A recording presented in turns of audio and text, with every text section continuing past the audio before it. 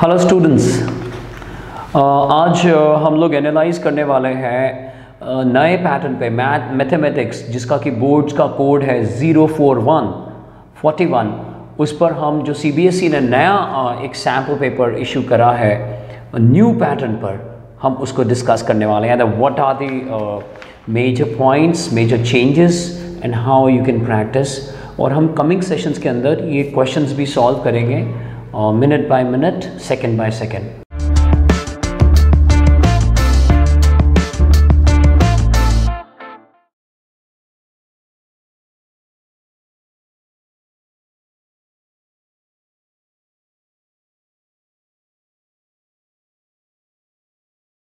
आइए पहले एनालिसिस समझ लें।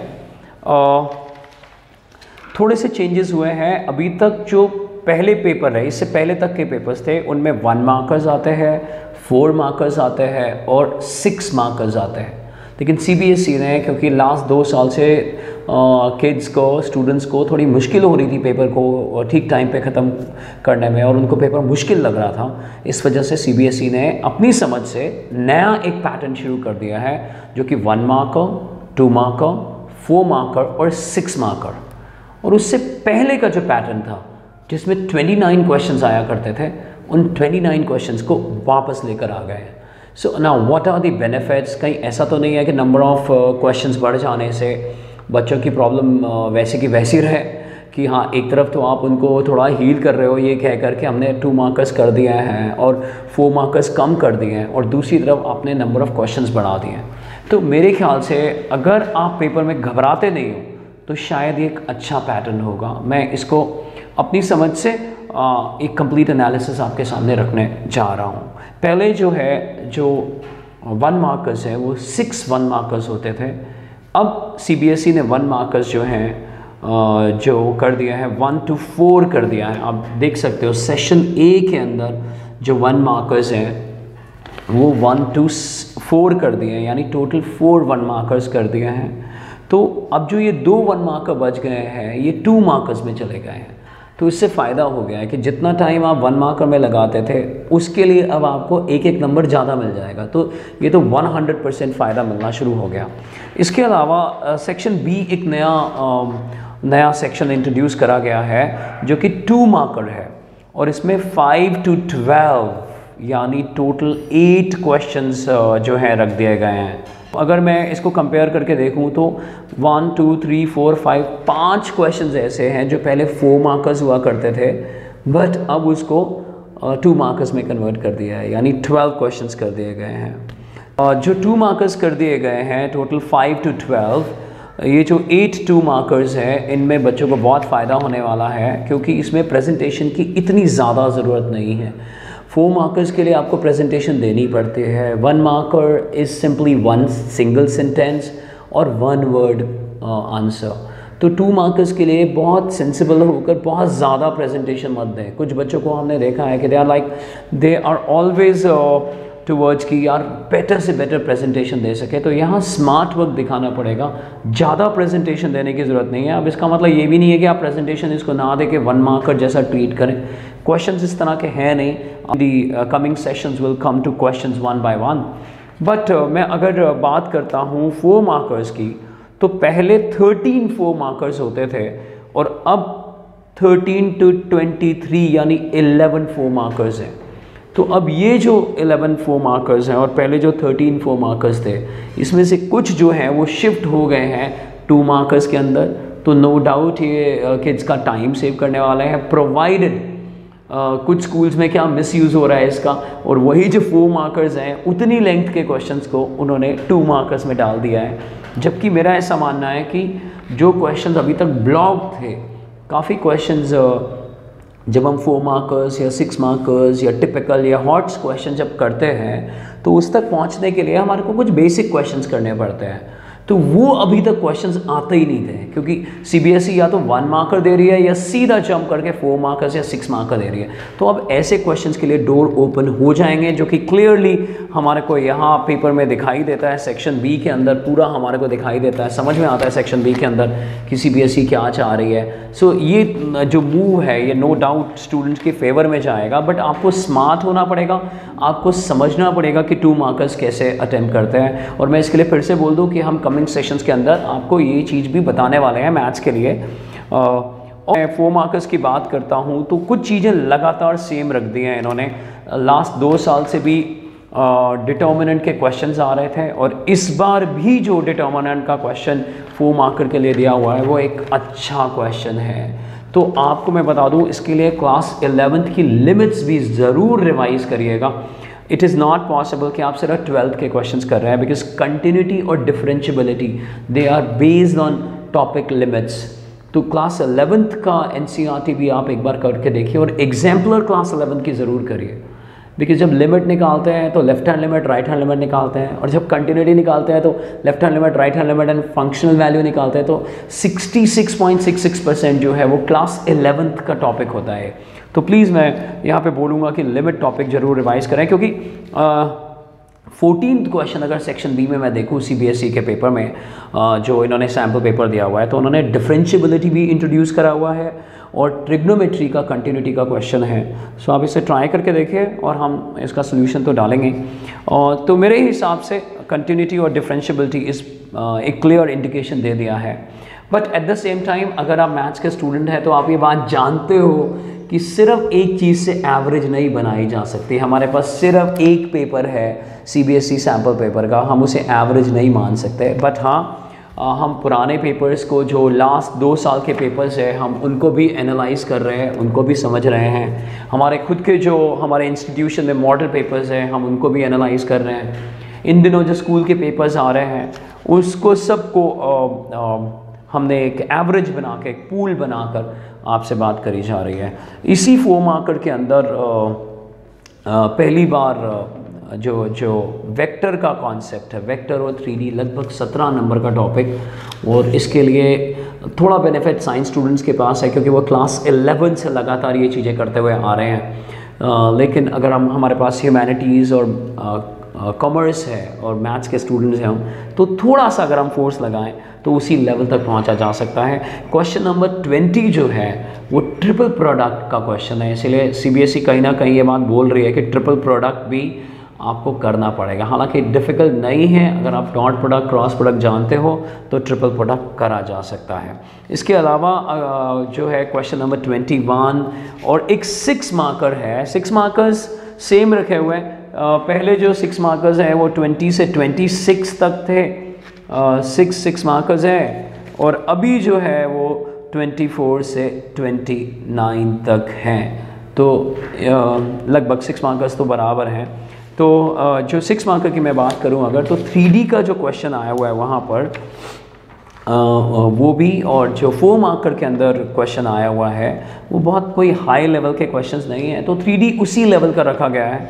सो इसलिए मैं बोलूँगा एनसीईआरटी को प्रैक्टिस करो, सीबीएसई के पुराने सैम्पल पेपर्स को प्रैक्टिस करो, चाहे वो पुराने पैटर्न पे हैं तो वहाँ पैटर्न को भूल जाओ, सिर्फ क्वेश्चंस को प्रैक्टिस करो। सो अभी जो भी बुक्स आएंगी आपके पास पुराने पेपर्स को लेकर, अगर वो कहते हैं कि रिवाइज करो, तो don't revise with respect to marks, revise them as a question. So उनको प्रैक्टिस शीट की तरह आप रिवाइज करोगे, ऐसा हमें लगता है। हाँ, वेक्टर 3D बिल्कुल सिंपल लेवल है, कोई ज़्यादा लेवल नहीं है, बट इस पर बहुत मेहनत लगती है। वेक्टर 3D पे बहुत ज़्यादा मेहनत लगती है। मैं अगर मैक्सिमा मिनिमा की बात करूं तो यूजुअली मैक्सिमा मिनिमा जो है वो 6 मार्कर्स होते हैं, लेकिन मैक्सिमा मिनिमा को इस बार क्वेश्चन नंबर 17 यानी 4 मार्कर रख दिया है, और ठीक उसके ऊपर इंक्रीजिंग डिक्रीजिंग और टेंजेंट नॉर्मल का क्वेश्चन है। तो लगभग 8 नंबर यहाँ AOD में कवर कर लिए हैं, और इतने ही मार्क्स का ये टॉपिक आता है। यूजुअली क्या होता है कि 6 मार्क का मैक्सिमा मिनिमा आता है, बट इस बार एनसीईआरटी ने उसे 4 मार्क रख दिया। तो ये पैटर्न इंडिकेट करता है कि कोई भी चीज़ कहीं भी आ सकती है। सो कभी कभी टीचर्स या स्टूडेंट्स थोड़े रिजिड होते हैं, वो कहते हैं नहीं ये 6 मार्कर्स के लिए बना है। मैं कहता हूँ कोई भी चीज़ कहीं भी आ सकती है, जैसे रिलेशन फंक्शन और इन्वर्स ट्रिग्नोमेट्री, ये अलग से एक चैप्टर है। तो इसमें यूजुअली जो है वो 6 मार्कर ये नहीं आता, बट यहाँ पर CBSE सैम्पल पेपर ने इसे 6 मार्कर रखा हुआ। आप खुद सोचो, टोटल अगर 6 या 8 नंबर का टॉपिक है और 6 मार्कर खुद रिलेशन फंक्शन में से आ रहा है, फंक्शन का क्वेश्चन है, 24th क्वेश्चन है, तो फिर कहीं और तो जगह पूरे पेपर में इसको मिलने वाले नहीं है। तो एक बात मैं ये बोलूँगा कि अगर आप मैथ्स की प्रैक्टिस 100 मार्क्स के लिए कर रहे हो तो फिर मार्क्स को छोड़ो, ये मान के चलो कि कोई भी चीज़ कहीं भी आ सकती है। हालांकि अभी हम यहाँ एक स्लाइड आपको दिखाएंगे जिसमें हमें जो लगता है कि कौन कौन से मोस्ट प्रोबेबल क्वेश्चंस हैं जो 6 मार्कर्स में आ सकते हैं।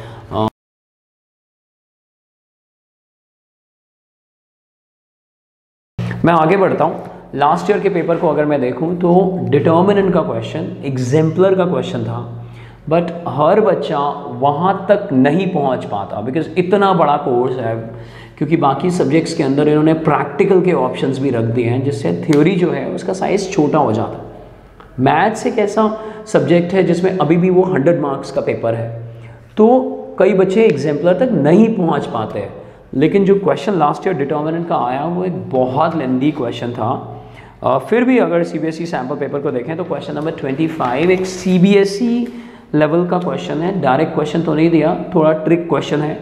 कॉमन लेने के बाद वो क्वेश्चन हमारे NCERT के एग्जाम्पल्स का बन जाता है। तो डिटर्मिनेंट पे भी आप पूरा फोकस करोगे। मैट्रिसेस एंड डिटर्मिनेंट ये अलजेब्रा का पार्ट है, लगभग 13 मार्क्स का है ये। तो इसमें से मैट्रिसेस एक आसान ऑप्शन है जिसमें से ज़्यादा फोर्स रो एलिमेंट्री में लगता है और बाकी फोर्स आप डिटर्मिनेंट में लगाइए। डिटर्मिनेंट मुझे लगता है 2 मार्क में भी आ सकता है, 4 में भी आ सकता है और 6 में तो आपके सामने है ही करने के लिए। सो ऐसा मुझे लग रहा है। और इधर एक छोटा सा चेंज मैं देख रहा हूँ कि एरिया को और एरिया टॉपिक कैलकुलस का पार्ट है, AOI अलग से 6 मार्कर है। तो एक अच्छा क्वेश्चन दिया हुआ है जिसमें सर्कल की पूरी नॉलेज होनी चाहिए, सेमी सर्कल दिया हुआ है और मॉड फंक्शन दिया हुआ है। तो कई बच्चों को लगता है यार मॉड करना पड़ेगा, मॉड से आप पीछे नहीं भाग सकते क्योंकि रिलेशन फंक्शन टॉपिक में मॉड है, डिफरेंशिएशन में मॉड फंक्शन है, AOD में भी कभी कभी, हालांकि रेयर केस है बट AOD में भी मॉड के फंक्शंस आते हैं और AOI के अंदर और डेफिनेट के अंदर मॉड फंक्शंस की बहुत इंपॉर्टेंस है। और साथ ही साथ ठीक 26 के नीचे 27 में चॉइस के साथ 2 चीज़ें दे दी गई हैं जो स्टूडेंट्स के फेवर में जा रही है। Limit as a sum 6 marker दिया हुआ है। स्टूडेंट्स मैं आपको बता दूं कि limit as a sum free के मार्क्स हैं। ट्रूली अगर आपको मार्क्स फैच करने हैं तो आप लिमिट एज अ सम करिए, प्रोबेबिलिटी करिए और साथ में मैट्रिसेस एंड डिटर्मिनेंट्स कर लीजिए लीनियर प्रोग्रामिंग के साथ, तो एक बहुत बड़ा क्लस्टर आपके पास आ जाएगा। लीनियर प्रोग्रामिंग बेसिक लेवल की है, ये भी एक एडवांटेज होता है स्टूडेंट्स के पास। ये 6 मार्कर है, 29th क्वेश्चन है। और मुझे बहुत आयरनी है कि सबसे ज़्यादा मेहनत जो है वो इंडेफिनेट इंटीग्रेशन के अंदर लगती है, लेकिन आप पेपर में देखोगे तो आयरनी ये है कि मुश्किल से आपको 2 या 3 क्वेश्चन दिखाई देंगे, उसमें से भी एक बाई पार्ट्स, और अगर बाई पार्ट्स का क्वेश्चन आ गया, पार्शियल का क्वेश्चन आ गया, तो जितनी आपने सब्स्टिट्यूशन में और स्पेशल में मेहनत करी थी वहाँ थोड़ा सा ऐसा लगता है कि यार इतनी ज़्यादा मेहनत करी और इतना कम आया। But this is how we have to face it, क्योंकि इंडेफिनेट जो है वो डेफिनेट का भी बेस है, इंडेफिनेट जो है वो डिफरेंशियल का भी बेस है। अब मैं डिफरेंशियल पे आ जाऊँ तो डिफरेंशियल पे होमोजीनियस का क्वेश्चन दिया हुआ है जो बिल्कुल NCERT में है।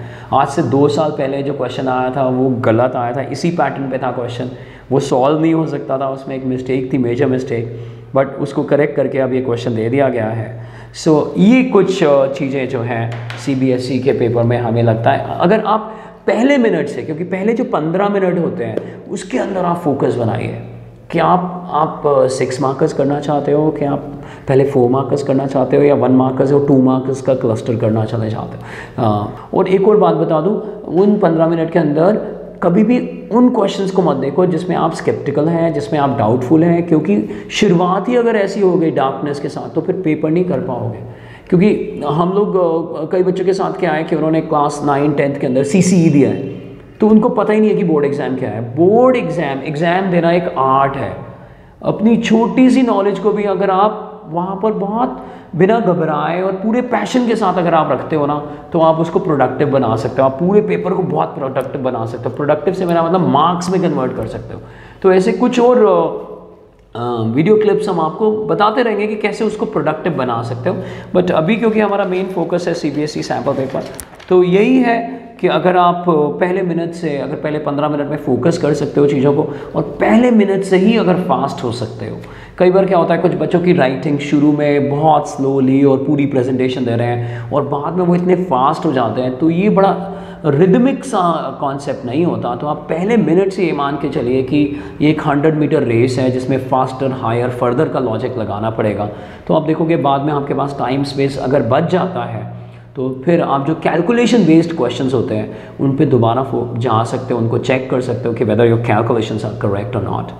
सो thank you very much, keep doing. If you have any doubts और any suggestions, please write all those things in the comment box. Thank you very much.